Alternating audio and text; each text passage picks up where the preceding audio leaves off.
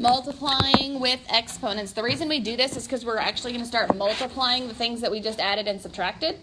But in order to do that, we need to know some exponent rules. Okay? So, for example, if I say m squared, we know that really means m times m, right? Okay, a squared means whatever's underneath that exponent is multiplied by itself that many times. So m cubed means what? M times m times m. So, if I take those two things and I multiply them together then, m squared times m to the third. The question is usually, do I add my exponents or do I multiply my exponents? We don't really always know, okay? What we can do is just count them up. M squared we said is the same as m times m. M cubed is 3m's. How many total are in that line?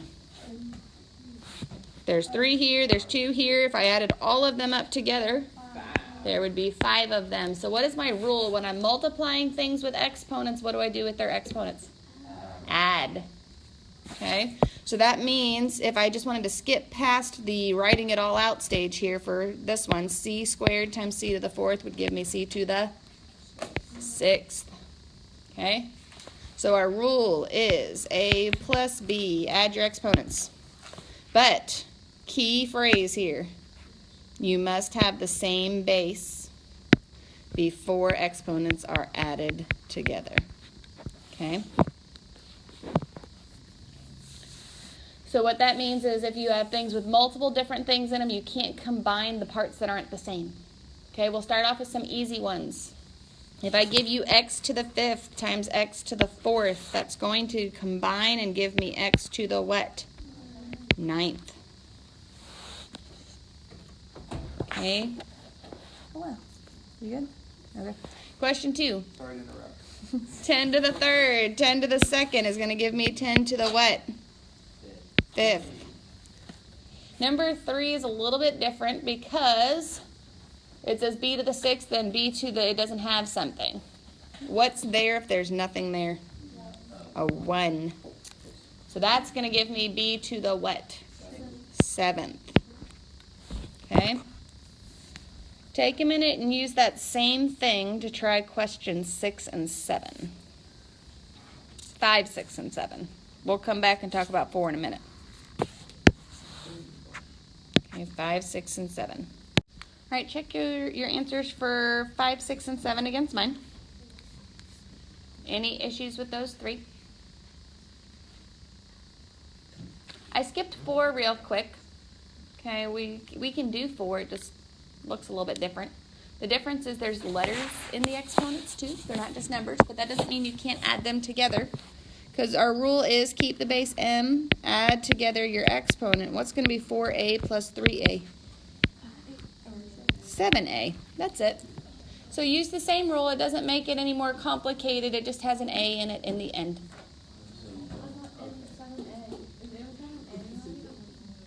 Is that what I have right there? Yeah. We did add the a's.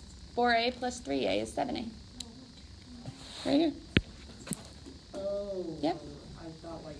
Not like a squared. Yeah, that's No. what I thought. You're just adding the numbers out front.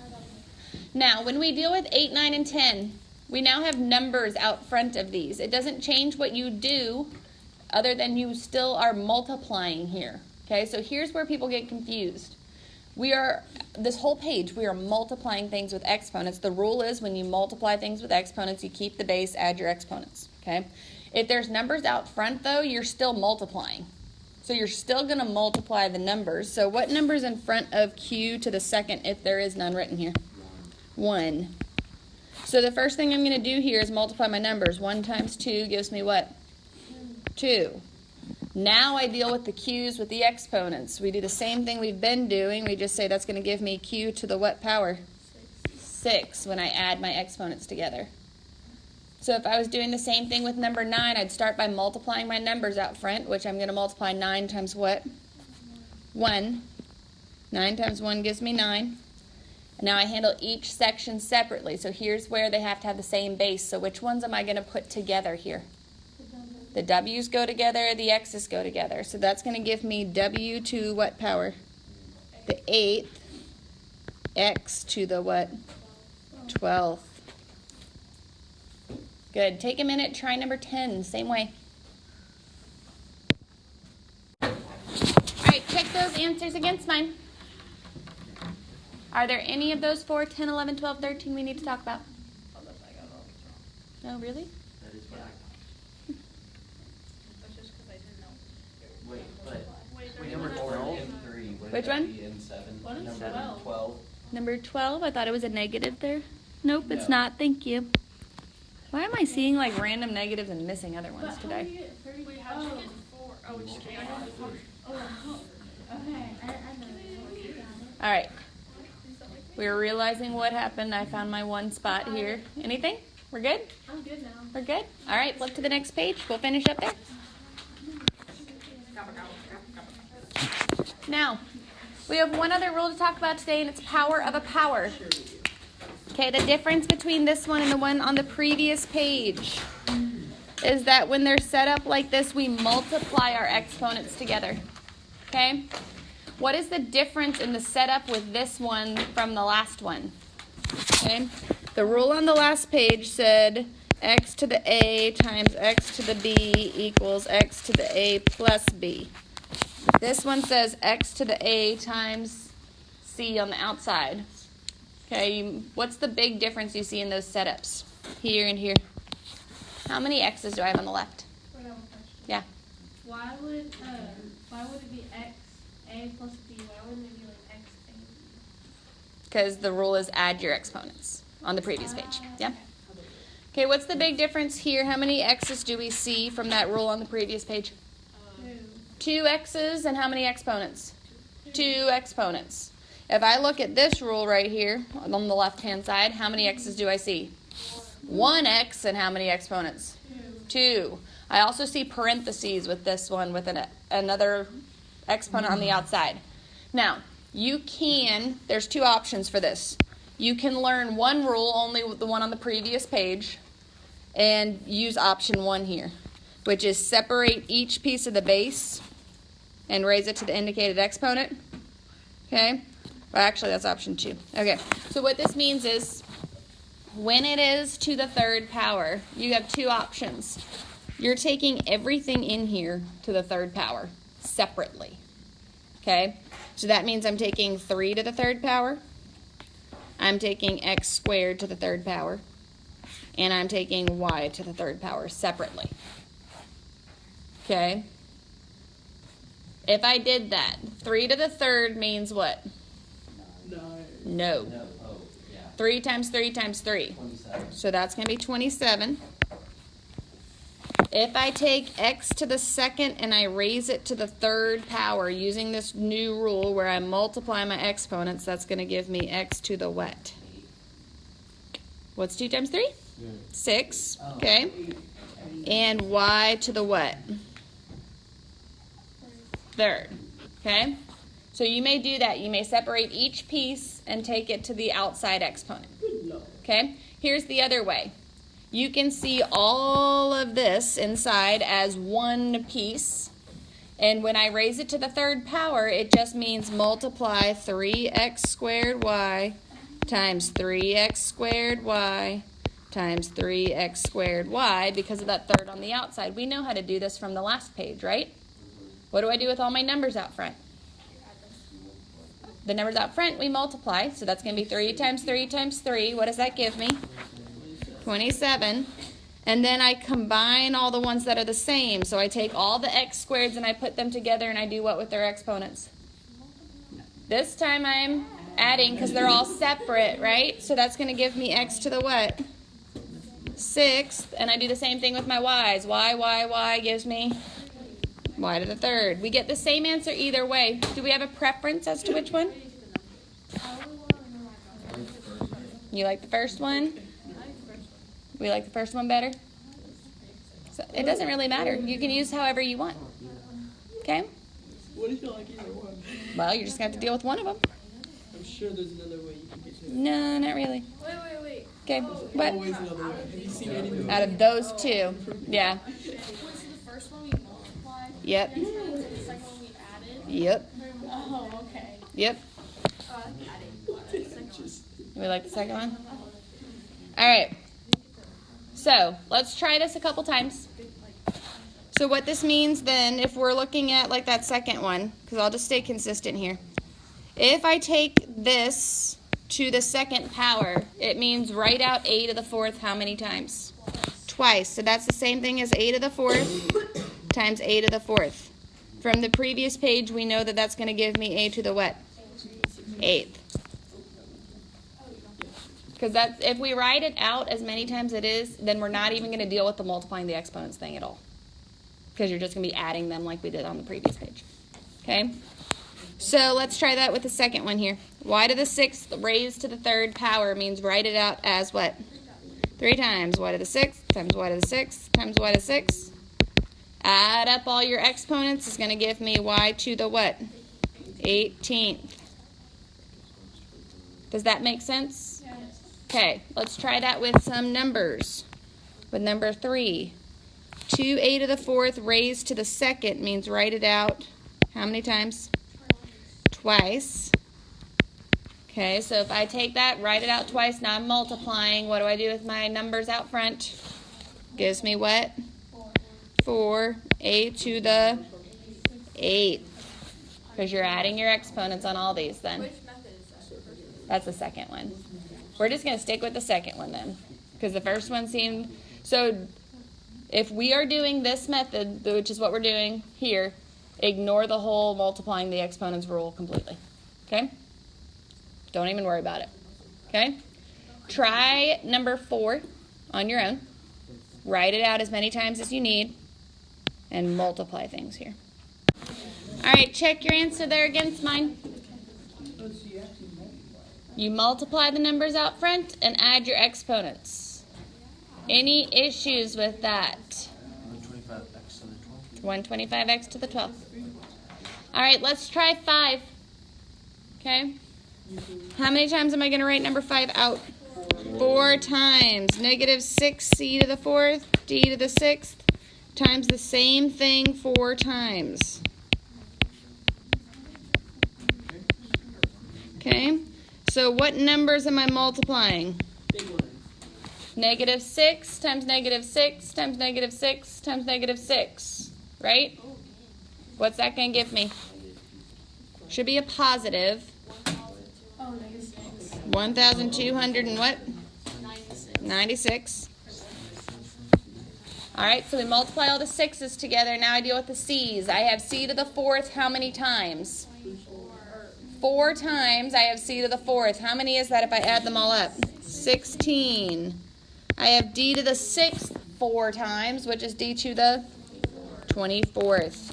Whenever you multiply the negatives, it's like, If it's an 6 to 3. it's going to be negative, because if it's to an odd one, it's going to be negative. If it's to an even. Okay. All right, take a minute on your own and try numbers 6, 8, and 9. 6, 8, and 9. Okay, I kept out 7 because 7 has no what in it? Variables, right? So if I wrote that out, I could write that out 4 times, right? 5 times 2 to the 3rd times 5 times 2 to the 3rd times 5 times 2 to the 3rd, and so on. Typically, when we have just numbers, we work the whole thing out as far as we can. Okay, so this is going to take a little bit extra work in probably our calculators. How many 5s do I have there? 4. So that's 5 to the what? 4th times 2 to the, if we put them all together, I have 2 to the 3rd, 2 to the 3rd, 2 to the 3rd, 2 to the 3rd. That's 2 to the, No, there's a 3 exponent on each one already. 3, 3, 3, 3 gives me how many? 12, right? So to get a final answer on this one, it's probably going to be a huge number, though. 2048. Bigger than that, probably. 4096. Well, 625 and 2048. Well, let's check. 2048 times 625 is 1. No, because it's 5 to the 4th. 1.20. That's 625. 2 to the 12th is 4,096, and then you're multiplying them together. 256. Okay. I got like 1.2 billion. 256 or 2,560,000. Yeah. Huh? Type it in your calculator. 5 to the 4th is 625. 2 to the 12th is 4,096. Multiply them out. Okay? All right, now, last couple. 10 I kept out because it has a what in it? Fraction. There you go. So when it's to the 3rd power, I write it out how many times? 3 times. Okay, so you can use your calculators on this, or when we do fractions, remember how we multiply fractions? Multiply the tops and just the bottom separately. So we know 4 times 4 times 4, or we could figure it out, right? 4 times 4 times 4 on the top. 64. 5 times 5 times 5. 125. A to the how many? 6. Good. So even though it's fractions, you don't necessarily need a calculator for that. You can just multiply out your 4s, multiply out your 5s, and you're okay. Now 11 has the most parts to this of all. Okay? 11 gets to the point where you may rethink the idea of writing them out so many times. But, you know. We handle each one separately first. So I would just handle 2a to the 3rd raised to the 4th power first. So I'd go ahead and say 2a to the 3rd 4 times. Okay, so if I multiply my 2's, that's going to give me what? 16a to the what? 12. Then I would deal with the a to the 3rd raised to the 5th separately. How many times am I going to write out a to the 3rd? 5 times. If I write that out 5 times and combine it, it's going to give me a to the 15th. And you're going to multiply that by this. Hold. Hold. If I multiply 16a to the 12th by a to the 5th, it's going to give me 16a to the what? Shh. Guys, I'm having a lot of what, who, where, what, because we're losing ourselves here. We wrote out the first one, multiplied it, got 16a to the 12th. We wrote out the second one, got a to the 15th. Okay? Then you multiply those together, and it's going to give me 16a to the what? 27th. Good. We're good? All right. Homework for this on the next page. Front and back.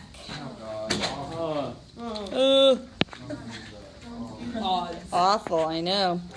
Couple things that you need to have on the back. Oh, so evil. Couple things you need for the back. Area of a triangle is 1/2 base times height. Okay, volume of number 13 is length times width times height.